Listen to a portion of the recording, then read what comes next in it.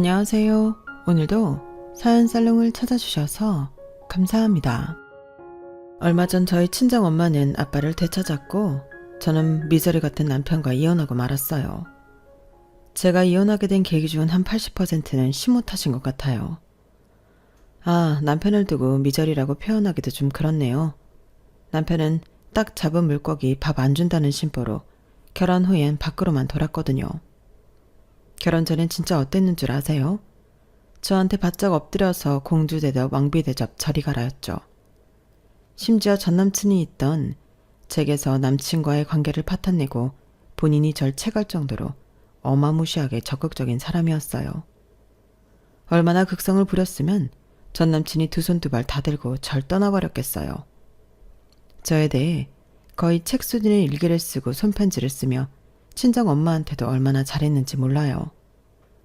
지금 와서 생각하면 그게 절 사랑해서 그런 게 아니고 단순히 욕심이 많아서 절 소유하려 들었던 것 같아요. 전 그게 사랑이라 착각했던 거고요. 제가 아까 제 이혼 사유의 대부분이 시모 때문이라고 했잖아요. 그 엄마의 그 아들이라고 시모는 극성맞게 절 괴롭혔어요. 일단 시모는 무속에 미친 사람이었는데 값비싼 혼수를 요구하며 이건 동쪽에서 사야 한다. 이건 서쪽에서 사야 한다. 생전 듣도 보도 못한 무리한 요구를 해대더군요. 우리 친정엄마는 시골에서 어렵게 자랐는데 다니던 중학교가 폐교되는 바람에 초졸에 불과해요. 그걸 갖고 사람 놀리듯이 말끝마다 니네 엄마 초졸이라 무식하다는 둥. 정말 이렇게 사연살롱 여러분께 일러바치면서도 열이 뻗치네요. 신혼집 인테리어 할 때도 완전히 무슨 부적 인테리어였다니까요. 저희 신혼집 곳곳에 시뻘건 부적을 덕지덕지 붙이더라니까요. 제가 떼어내면 와서 불같이 화를 내며 또 붙이고 또 붙이고 진짜 극성이었죠. 그런데 웃긴 건 뭔 줄 아세요? 그렇게 시모가 맹신하며 돈을 몇 억을 갖다 바친 무당이 글쎄 사기꾼이었던 거 있죠. 정말 기도 안 찬다니까요. 현재 그 무당은 사기죄로 깜빵에 있는 걸로 알고 있어요. 근데 무속에 한번 미친 사람은 절대 구제할 수가 없는 것 같아요. 시모는 그 사실을 알면서도 다른 용한 무당을 수소문하더군요. 신내림 받은 지 얼마 안 돼서 신발이 창창한 젊은 무당을 찾는다나 뭐라나 진짜 못 말린다니까요. 전 엄마와 단둘이 정말 어렵고 힘들게 자랐는데 그 와중에도 공부를 열심히 해서 교대에 합격했고 현재 초등학교 교사예요. 외모도 잘 가꾼 편이라 결혼 전에는 잡지 사진 촬영도 몇 번 했더랬죠. 엄마는 그런 저를 자랑스러워하면서도 이혼녀가 돼버린 딸내미를 안쓰럽게 바라보시죠. 그래서 아직 젊은 나이이니 다시 재혼하라면서 벌써 손자리를 줄줄이 알아봐 주셨더라고요. 그런데 현재는 결혼이고 뭐고 일단 남자한테 질려버렸어요. 또다시 재혼했는데 그 나물에 그 법이면 어떡하나요? 그놈이 그놈이란 말도 있잖아요. 처음에만 간쓸게 다 빼줄 것처럼 잘해주다가 알고 보니 전 남편과 비슷한 사람이면 눈앞이 깜깜할 것 같네요. 혹시 행복한 결혼 생활을 아주 길게 유지하고 계신 인생 선배님들 계시나요? 그렇다면 저한테 댓글로 조언 좀 해주세요. 세상엔 나쁜 남자, 이상한 시모만 있는 게 아니라고 말이죠. 너도 평범하고 착한 남자와 결혼해서 행복하게 잘 살 수 있다고 말이죠. 그런 글을 많이 보면 그래도 용기를 좀 내볼 수도 있을 것 같아요. 저한테는 삶 자체가 산 넘어 산이었어요. 우리 친정엄마도 시모한테 시달려서 미혼모 신분으로 외동딸인 절 낳아서 여지껏 혼자 키우느라 힘드셨는데 저도 시모한테 시달려 이혼까지 하게 되니 이쯤 되면 엄마 팔자를 똑 닮은 게 아닌가 싶기도 합니다. 한 가지 사이다 뒷이야기를 해드리면 현재 시댁 쪽 사업은 폭삭 망해서 땅바닥을 빌빌 기고 있다고 하네요. 시댁과 남편에게 너무 시달려서 일말의 동정심은 하나도 들지 않아요. 그저 쌤통이다 란 말밖에 생각나지 않습니다. 제가 속 시원히 지금까지의 제 인생에 대해 풀어놓으려고 해요. 인생의 우여곡절을 겪으신 분들이라면 제 이야기에 공감 많이 되실 거예요. 그럼 지금부터 시작할게요. 저희 친정엄마네 집안은 뭐 산골짜기에서도 아주 어려운 형편에 속했어요. 농사지을 땅 한 평 갖는 게 소원이었지만 현실은 소장농 신세를 면치 못했죠. 저희 엄마가 늘 그런 말씀을 하세요. 시골에서 농사 짓는 사람들 무시하면 안 된다고. 자기 밭이며 농 가지고 농기계 여러 대 굴려서 농사 짓는 사람들 부자라고. 요즘 농기계들 수천만 원씩 하더라고요. 외할머니, 외할아버지는 그런 땅 한 평을 못 갖고 늘 남의 땅에서 알바 개념으로 일하셨던 거예요. 그러다가 외할아버지가 지병으로 일찍 돌아가시고 외할머니가 엄마를 데리고 읍내에 새로 세워진 옷공장에서 일을 시작하셨대요. 그곳에서 아빠와 처음 눈이 맞았으니 엄마는 옷공장 이야기를 간혹 하셨어요. 그때 당시 일을 회상하며 얘기하는 엄마의 눈이 바로 영화관이었어요. 그 큰 눈에 많은 것이 함축돼 있었죠. 엄마가 시골에서 다니던 하나뿐인 중학교가 인원수 부족으로 폐교되고 말았어. 중학교에 못 다니게 되자 네 외할머니는 오히려 반가워하시더구나. 돈 벌 사람 한 명 더 생겼다면서. 난 그때 외할머니의 심정을 이해해. 정말 찢어지게 가난한 환경에 남편까지 죽어버렸으니 살 길이 막막하셨겠지. 여튼 읍내 그 옷공장에 들어가 몇 년 동안 하루에 12시간 넘게 외할머니와 함께 일을 했어. 미싱 앞에서 말야. 자면서도 드르륵 드르륵 미싱 소리가 꿈에 나올 정도였지.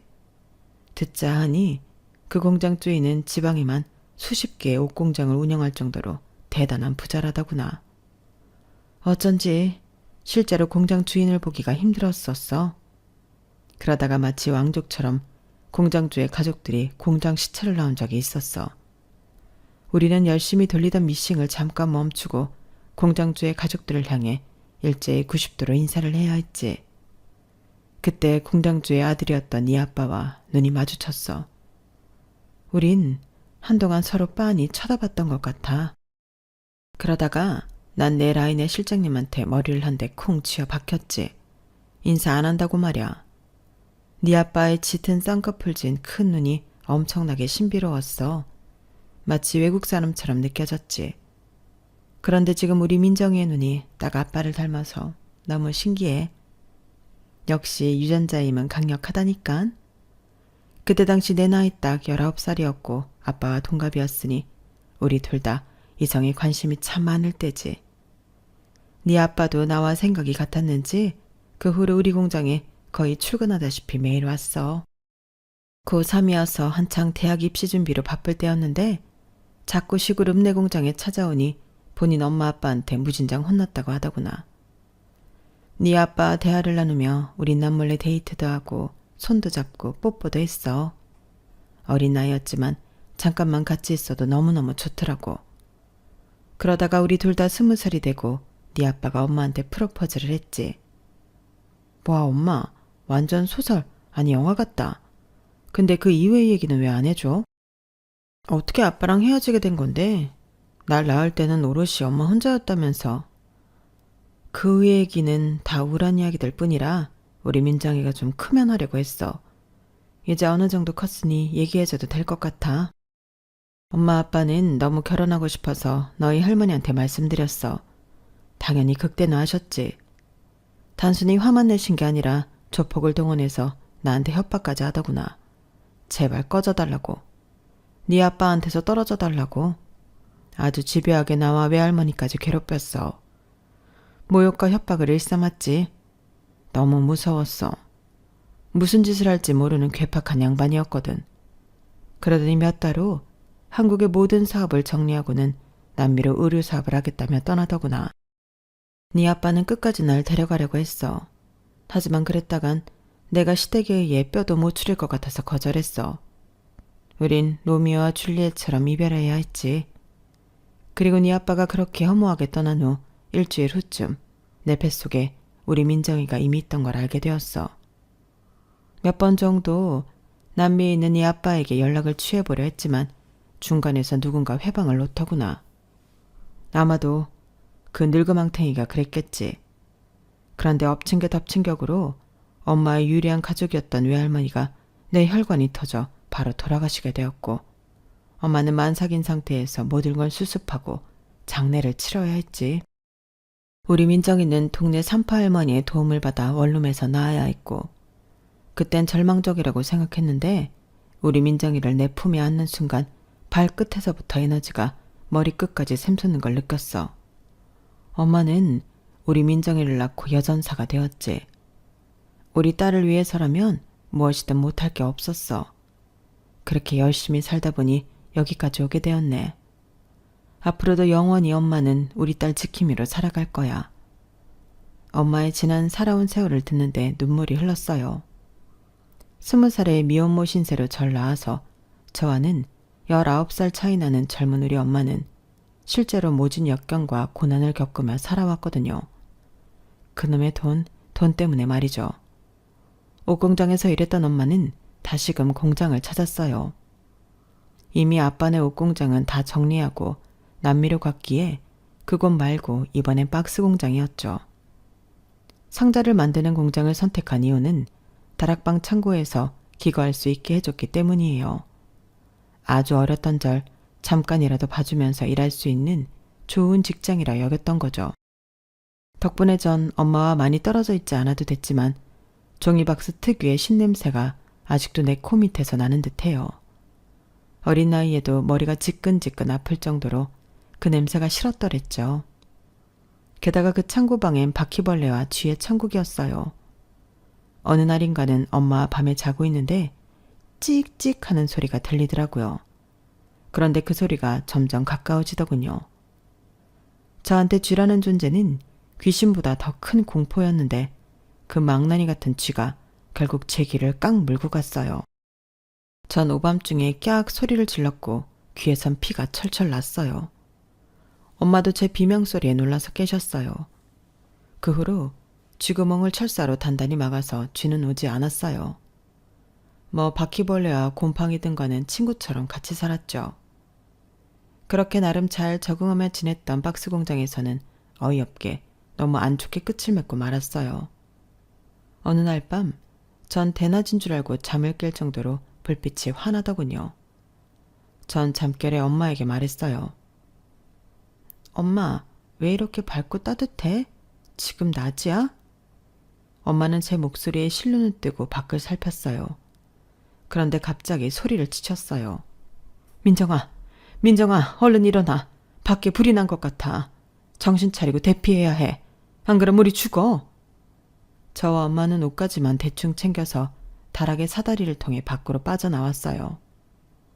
불길은 무섭게 번져서 어느새 공장을 집어삼켜버리고 말았죠. 엄마는 저를 안전한 곳에 대피시키자마자 공중전화에 달려가서 119에 신고를 했어요. 하지만 구급차가 도착했을 때는 이미 공장엔 대부분, 박스의 대부분이 싹 다 불타버렸죠. 다음 날 공장에서 일하는 사람들이 찾아와서 망연자실하고 있을 때 공장장이 우리 모녀를 불렀어요. 야, 미친 것들. 니네가 창고방에 살면서 난로 틀어놓고 라면 끓여 먹고 하면서 불낸 거지? 얼른 이실 짓고 해. 니네가 방화범이지? 다락방에 기어들어가서 애 새끼 데리고 살겠다고 할 때부터 알아봤어. 아유, 내가 저 집 사정을 봐주는 게 아니었는데 내가 미쳤지. 내가 돌았어. 저희 엄마는 거의 90도로 허리를 구부리고 억울함을 표했어요. 아니에요, 공장장님. 저랑 우리 딸도 불 속에서 죽을 뻔했어요. 저쪽 공장 구석에서 불이 나기 시작한 것 같아요. 저희 때문이 절대 아니에요. 너무 억울해요. 엄마의 읍소에도 불구하고 경찰까지 불러서 우리 엄마는 일단 잡혀가야 했어요. 도주에 우려가 있다나 뭐래나. 경찰이 조사해 본 결과 몇 대였던 CCTV를 통해 진범이 밝혀졌어요. 그 전에 알코올 중독자 근로자가 이를 너무 엉망으로 망쳐놔서 공장으로부터 해고당했는데 그 사람이 안갚음을 한 거였죠. 저는 경찰서로 달려가 풀려난 엄마와 얼싸안고 그 자리에서 몇 시간을 엉엉 울었어요. 이젠 하다하다 범죄자로까지 몰린 돈 없고 빽 없는 자들의 서글픔이었죠. 공장일이 신물이란 엄마는 그동안 통장에 조금이나마 저축한 돈으로 원룸을 얻었어요. 전 그곳에서 안정적으로 학교를 다닐 수 있었고 엄마는 한창 인기 많았던 화장품 방문 판매원으로 일했어요. 엄마의 미모가 빼어나니 장사는 아주 잘 됐죠. 나름 인기 있는 방판 요원이었어요. 그러던 어느 날, 참 우리 엄마는 사주팔자에 억울함이 묻어있는 것 같아요. 웬 부잣집에 방문 판매차 들렀는데 갑자기 경찰이 우리 집에 들이닥쳐서 엄마를 조사해야겠다며 데려갔고 원룸까지 싹 다 뒤지더군요. 알고 보니 방문했던 집에 기금속들이 없어졌는데 저희 엄마가 범인이라 이거죠. 엄마는 그때도 억울함을 호소했어요. 경찰관님들, 저 딸님이랑 단둘이 전직하게 살아왔습니다. 남의 돈 10원 한 장 거저받은 적 없고 훔친 적도 없습니다. 믿어주세요. 저도 덩달아 외쳤어요. 우리 엄마 도둑놈 아니에요. 우리 엄마를 범인으로 지목한 사람이 나쁜 사람이라고요. 엄마가 얼마나 착한데. 또 며칠 후 범인은 그 집 파출부로 밝혀졌고 엄마는 바로 풀려났어요. 이런 일을 2번이나 겪고 나니 우리 신세가 참 불쌍했어요. 전 이 일을 계기로 공부를 열심히 했고 엄마는 최대한 돈을 많이 벌기로 다짐했어요. 돈 없고 백 없는 사람이 대한민국에서 살기란 참 팍팍하게 느껴졌거든요. 우리가 억울한 일을 당하지 않기 위해선 돈이든 명예든 권력이든 힘이 필요하다고 생각했어요. 엄마는 은행에서 대출을 받아 오리고기집을 창업하셨어요. 엄마가 워낙 푸짐하게 내가고 친절하게 장사하니 입소문을 타고 장사는 금방 잘 되었어요. 비록 작은 식당이었지만 TV에도 나오고 SNS에도 올라오다 보니 유명 인사들도 가끔 찾아오곤 했어요. 전 공부를 열심히 하면서도 틈날 때면 오리고기 식당에서 엄마를 돕기도 했어요.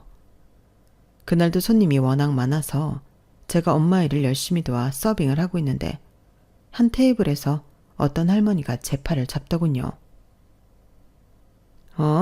여기 잠깐만. 너 혹시 이름이 뭐니? 저요? 황민정이요. 왜요, 손님? 무슨 일 있으신가요? 그 할머니는 제 이름을 듣더니 무언가 강한 의심을 품으며 제 엄마 이름도 묻더군요. 바로 대답했죠. 저희 엄마 성함은 정윤자이신데 왜 그러시죠? 저희 엄마가 여기 사장님인데 불러드릴까요? 잠시만요. 엄마, 잠깐만 이리 와보세요.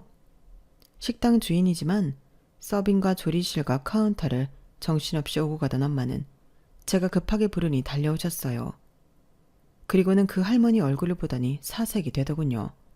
아니, 여긴 어쩐 일이세요? 우리 민정이에게 뭐라고 하신 거예요? 그 할머니 또한 사색이 되어 우리 엄마한테 막 따져 물었어요. 너, 이 아이 뭐야? 우리 아들하고 똑같이 생겼잖아. 얘 혹시 우리 아들 석정이 딸이니? 눈이 완전히 똑같잖아. 이거 어떻게 된 거야? 우리 석정이도 이 사실을 알고 있는 거야? 엄마는 거의 울부짖으며 말했어요. 아니요. 석정 씨한테 말 안 하고 낳은 아이예요. 남미로 떠났을 때 몇 번이고 연락해봤는데 중간에 누가 회방을 넣은 건지 연락이 안 되더군요. 당신이 우리 사이를 갈라놓은 거겠죠. 어쨌든 나 혼자 나와서 지금까지 잘 키운 내 딸이니 신경 꺼요. 당장 나가라고요. 그 할머니는 그 자리에서 일어나 기분 나쁘다는 듯이 일행들과 나가버리더군요.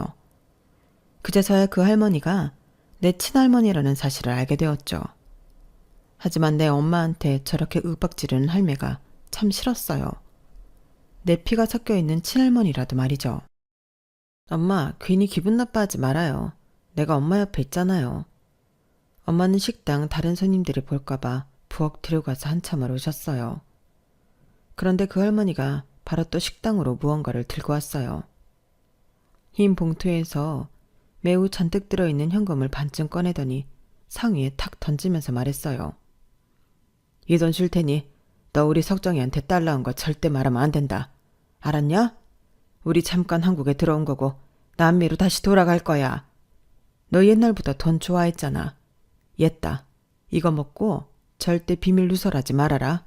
우리 아들 앞길 막지 말란 말이야. 알아 처먹었냐?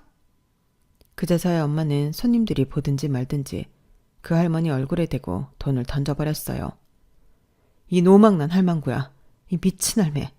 당신이 사람이면 당신 피 섞인 손녀딸 손 한 번이라도 잡아줘야 정상하냐? 뭐? 내가 돈을 좋아해? 돈에 환장한 건 당신들이지. 인간 같지도 않는 할망구 같으니라고. 이 더러운 돈 갖고 당장 꺼져버려. 당신 아들 앞길 안 막을 테니. 나 혼자 우리 딸 키우며 잘 먹고 잘 살고 있다고. 그 할머니는 수행비서인지 젊은 사람을 시켜서 두 돈을 다 줍게 하고는 고급 승용차를 타고 갔어요. 엄마는 화가 안 풀렸는지 그 자동차에다 대고 굵은 소금을 마구 뿌렸죠. 그리고는 서러운 마음에 저와 함께 부엌 뒤로 들어가 얼싸안고 엉엉 울었어요.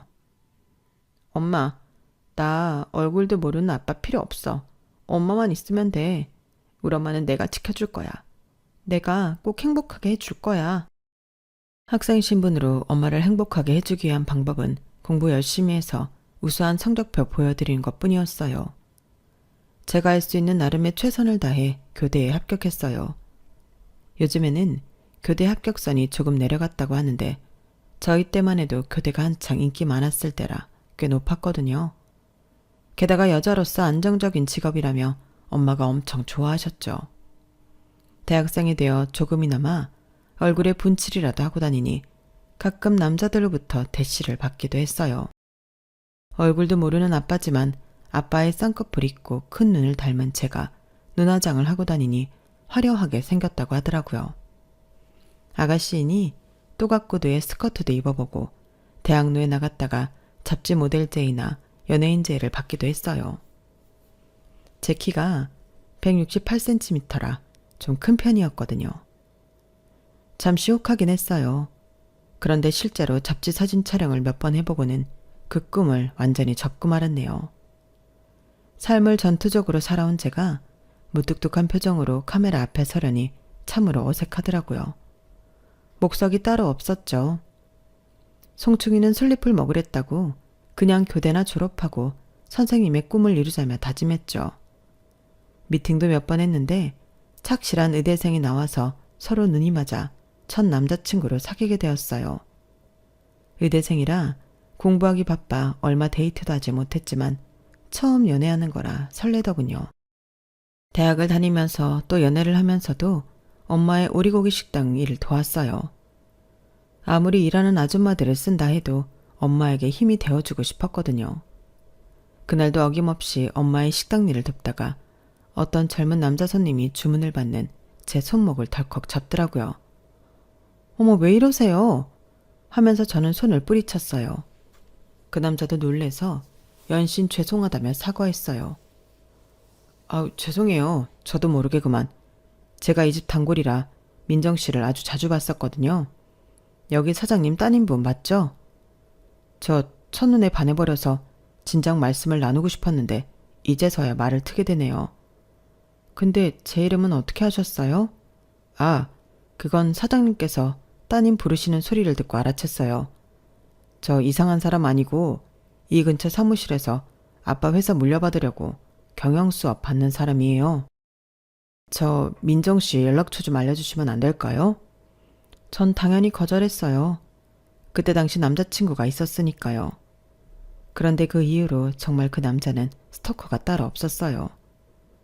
매일 우리 식당으로 꽃을 보내고 편지를 남겼으며 그래도 제가 반응이 없자 저희 엄마를 구워 삼더군요. 하루는 엄마가 이야기했어요. 민정아, 지철군이 아주 살갑고 우리 식당에 와서 얼마나 일을 열심히 도우고 손님 맞이를 잘하든지 내가 놀라울 정도라니깐? 지금 만나는 남자친구랑 오래된 사이니? 뭐 결혼한 것도 아닌데 혹시나 우리 지철군에게 여지를 좀 주면 안 될까? 그 남자친구 바빠서 잘 만나지도 못한다면서.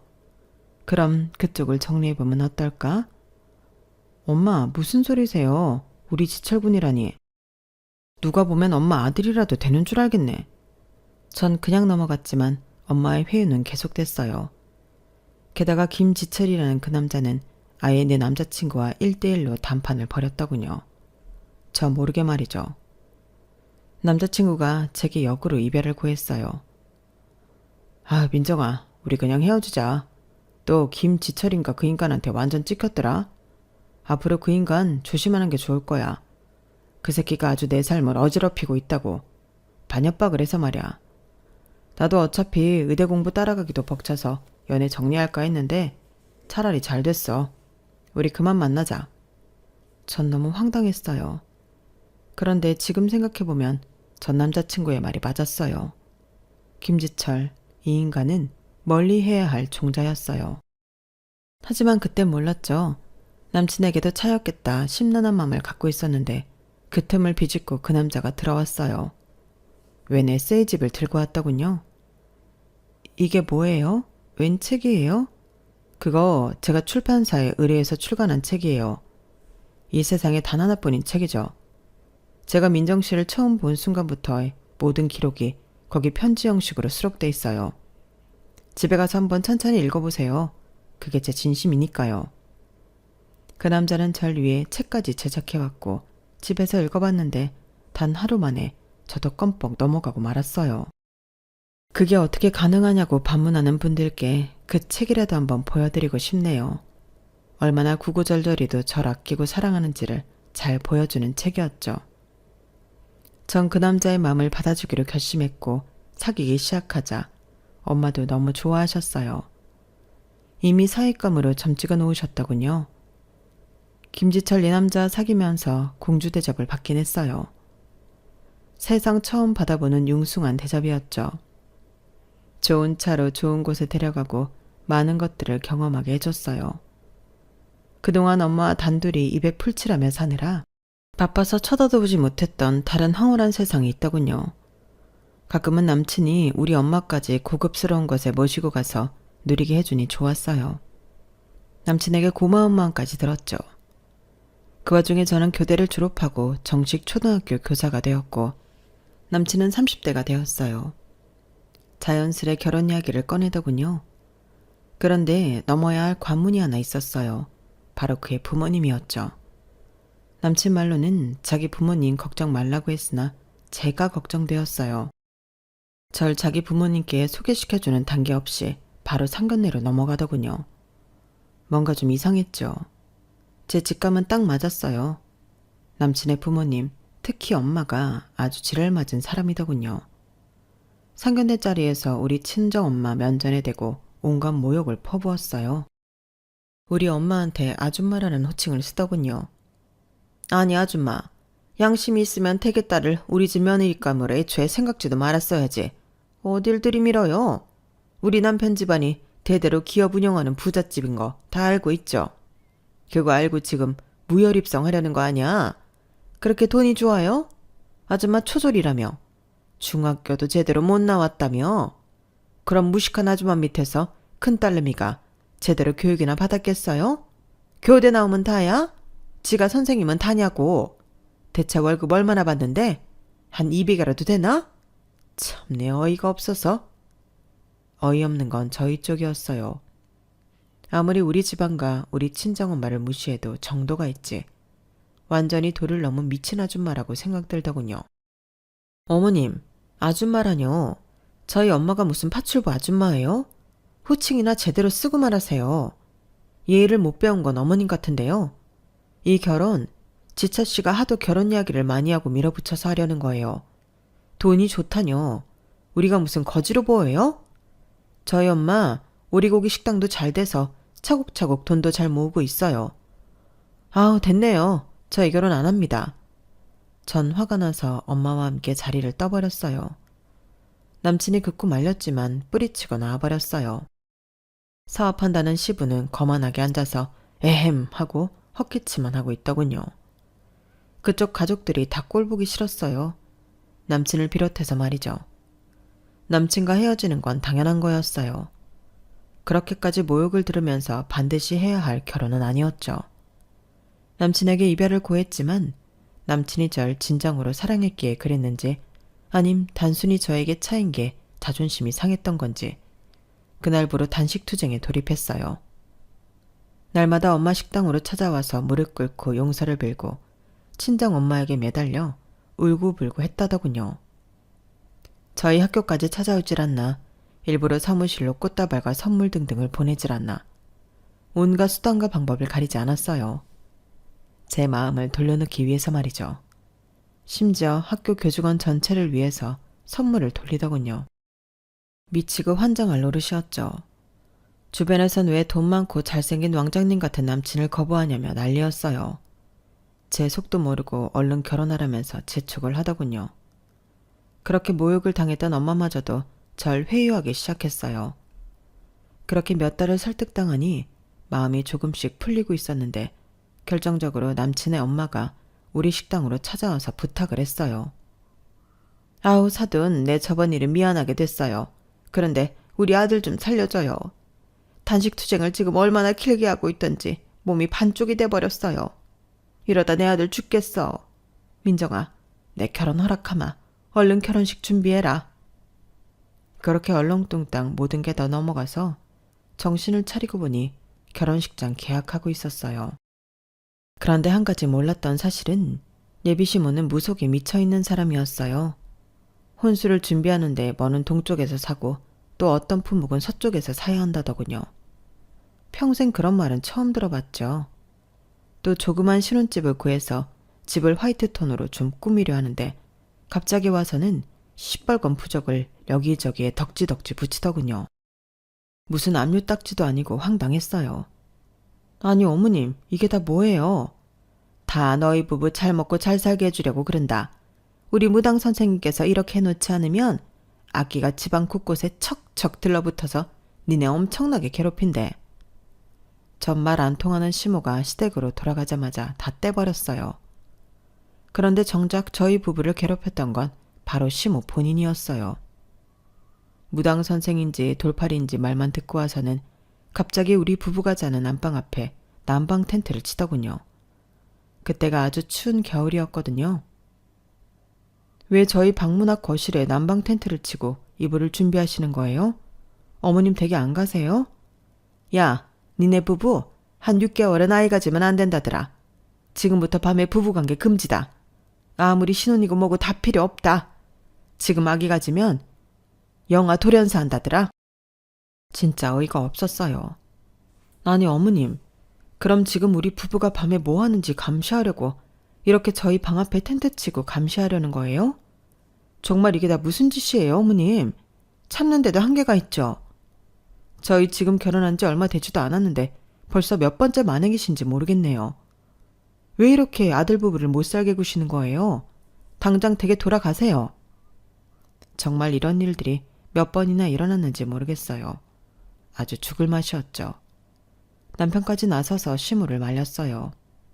그런데 알고 보니 시부의 사업이 결혼 전부터도 심하게 흔들리고 있었고 급격하게 추락하고 있더군요. 시부는 사업 살려보겠다며 허둥지둥 댔고 남편은 그저 스트레스 받는다며 밖으로만 돌았어요. 룸사롱이며 유흥업소를 전전한다더군요. 남편이 하도 집에 안 들어오고 제게 냉랭하게 대하길래 남편의 비서 중 한 사람을 제 편으로 만들어서 뒤를 캤죠. 제가 왜 그렇게까지 했냐면 딸을 임신한 후였거든요. 심지어 첫 임신까지 한 와이프를 남편은 냉대했어요. 결혼 전에 제 마음을 얻으려 할 땐 하늘의 별이라도 따다 줄 기세였는데 잡은 물고기는 밥 안 준다고 완전히 딴판이었어요. 저도 참 바보 같지만 너무 힘들어서 엄마에게 이혼해버리고 싶다고 울며 고백했어요. 그랬더니 엄마는 이렇게 말씀하셨죠. 민정아, 엄마가 널 낳고 혼자 키우며 얼마나 힘들었는지 몰라. 최대한 조금만 참아보면 안 될까? 엄마가 옆에서 도와줄게. 저도 딸까지 임신한 마당에 쉽게 이혼할 순 없었어요. 엄마와 저는 기분 풀기 위해 맛있는 칼국수라도 먹자며 명동으로 향했어요. 그런데 백화점 앞을 지나는데 진짜 좋은 차에서 어떤 중년 남성이 내렸어요. VIP 고객이었는지 백화점 관계자로 보이는 사람들까지 나와서 90도로 인사하더군요. 무심코 지나가려는데 엄마와 그 중년 남성이 서로 쳐다보고는 얼어버렸어요. 엄마는 그 자리에서 외쳤어요. 석정씨, 황석정씨 맞죠? 윤자야, 내 윤자, 우리 윤자 맞지? 우리 윤자라니. 대체 누가 우리 엄마를 저렇게 부르는지 신기했어요. 알고 보니 절 낳아준 내 친아빠였죠. 아빠는 저의 존재에 대해 알고는 털썩 주저앉았어요. 내가 자식이 있다니 믿어지지 않아. 왜 말 안 했어, 윤자야? 내가 몇 번이나 연락처를 보냈는데 왜 편지 한 통 안 넣었어? 엄마, 아빠 그리고 저는 카페로 들어가 많은 이야기를 나누었어요. 아빠는 제 손을 잡고 절 안아보기도 하셨어요. 얼굴도 모르는 아빠에 대해 아무 감정 없다고 생각했는데 왜 저까지 그렇게 눈물이 많이 났는지 모르겠어요. 아마 혈육의 정이었던 것 같아요. 이름이 민정이라고? 이렇게 예쁜 딸이 있을 줄은 꿈에도 몰랐구나. 아빠는 모든 가족을 다 병으로 떠나보내고 혼자 돈이나 펑펑 쓰며 살고 있었어. 아주 우울하게 말이야.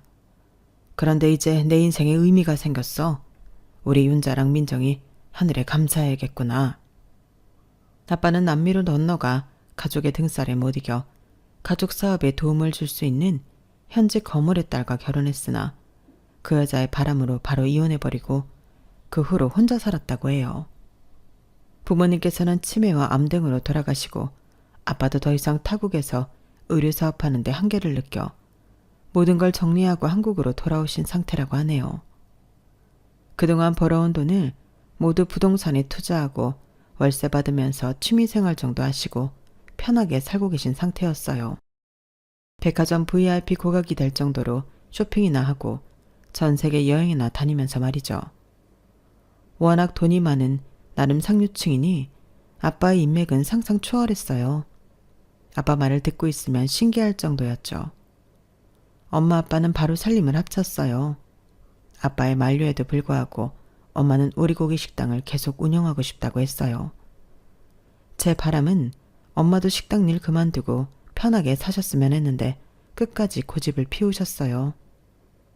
하여간 엄마 아빠는 이렇게 다시 재회하여 행복한 중년, 노년을 맞이하셨는데 그때쯤 제 상태는 말이 아니었어요.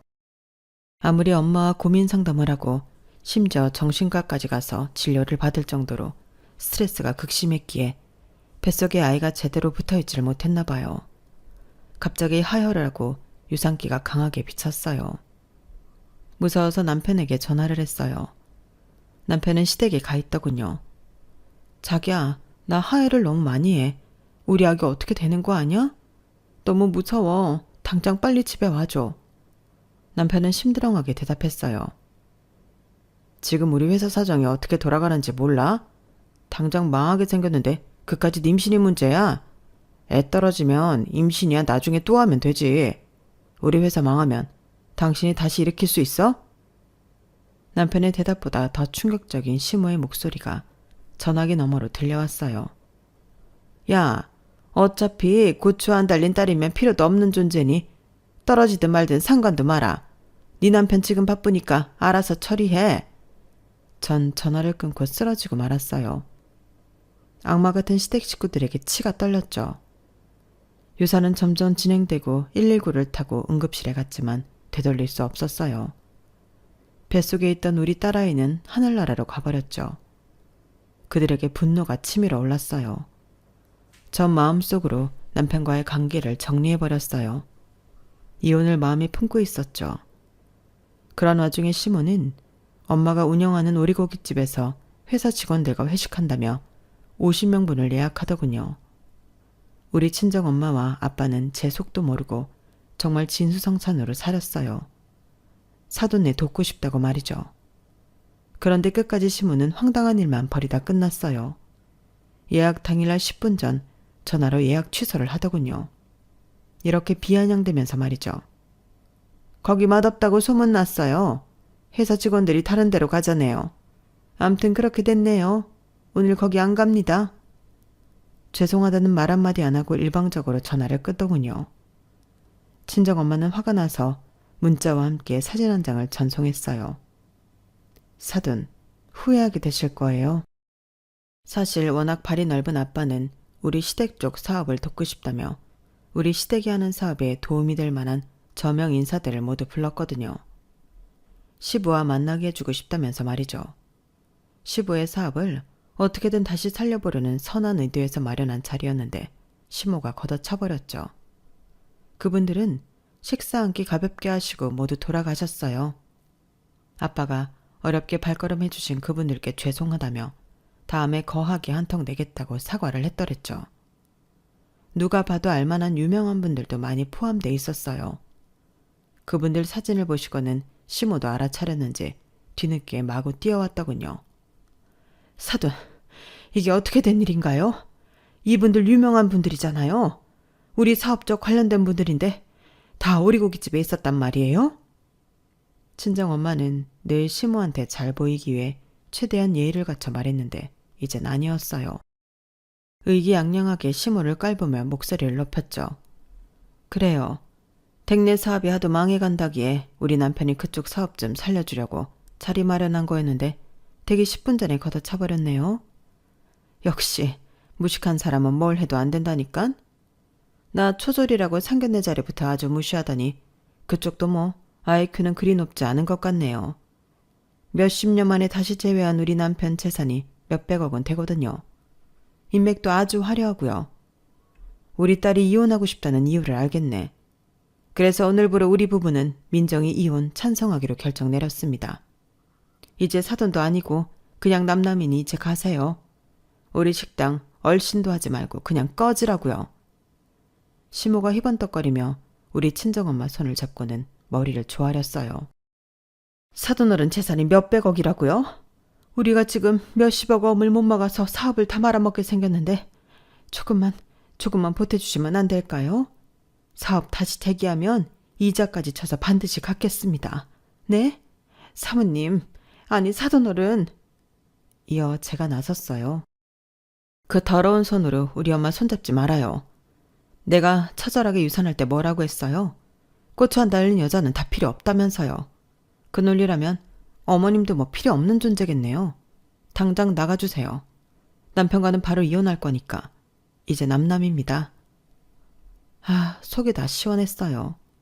그 소굴에서 나올 수 있다고 생각하니 하늘을 날아갈 것 같이 가벼웠죠. 그렇게 모든 게 다 끝났어요. 영원할 것 같은 남편의 사랑도 우리 결혼도 너무 비극적이고 더럽게 끝나고 말았네요. 당장은 여자 마음 얻기 위해 간쓸게 다 빼줄 것 같은 사람 너무 믿지 마세요, 여러분. 진짜 그 속내까지 다 파악한 후에 결혼 결정 내리시길 바래요. 남편을 비롯한 시댁 식구들한테 크게 대이고 나니 왠지 친절한 사람도 곧이곧대로 믿지 못하겠네요. 이러다 사람 불신증 걸리는 거 아닌가 모르겠어요. 어쨌든 전 엄마 아빠와 함께 군과 같은 집에서 함께 살며 몸과 마음을 추스르고 있어요. 휴직계를 냈던 학교에 다시 복직하며 아이들의 환한 웃음을 보니 저절로 치유되는 느낌이기도 합니다. 이렇게 다시 살아가면 다 잊혀지겠죠. 시간이 약인 듯해요. 들리는 풍월에 의하면 남편 집안은 아주 폭삭 망했다는데 꼬수어 죽겠네요. 우리 집에 와서 돈 빌려달라는 소리만 안 했으면 좋겠어요. 물론 빌려달라고 해봤자 쫓겨나기밖에 더 하겠어요. 아주 쌤통입니다. 복수의 일환으로 매우 행복하게 잘 살 거예요. 전 남편 보란듯이 말이죠. 여러분께서도 누군가에게 최고의 복수를 하고 싶다면 보란듯이 최대한 행복하게 건강하게 잘 사시길 바래요. 그럼 모두 행운을 빕니다. 여러분, 사연 댓글에 응원과 현명한 조언 부탁드려요. 좋아요와 구독은 저에게 큰 힘이 됩니다. 오늘도 좋은 일 가득하세요.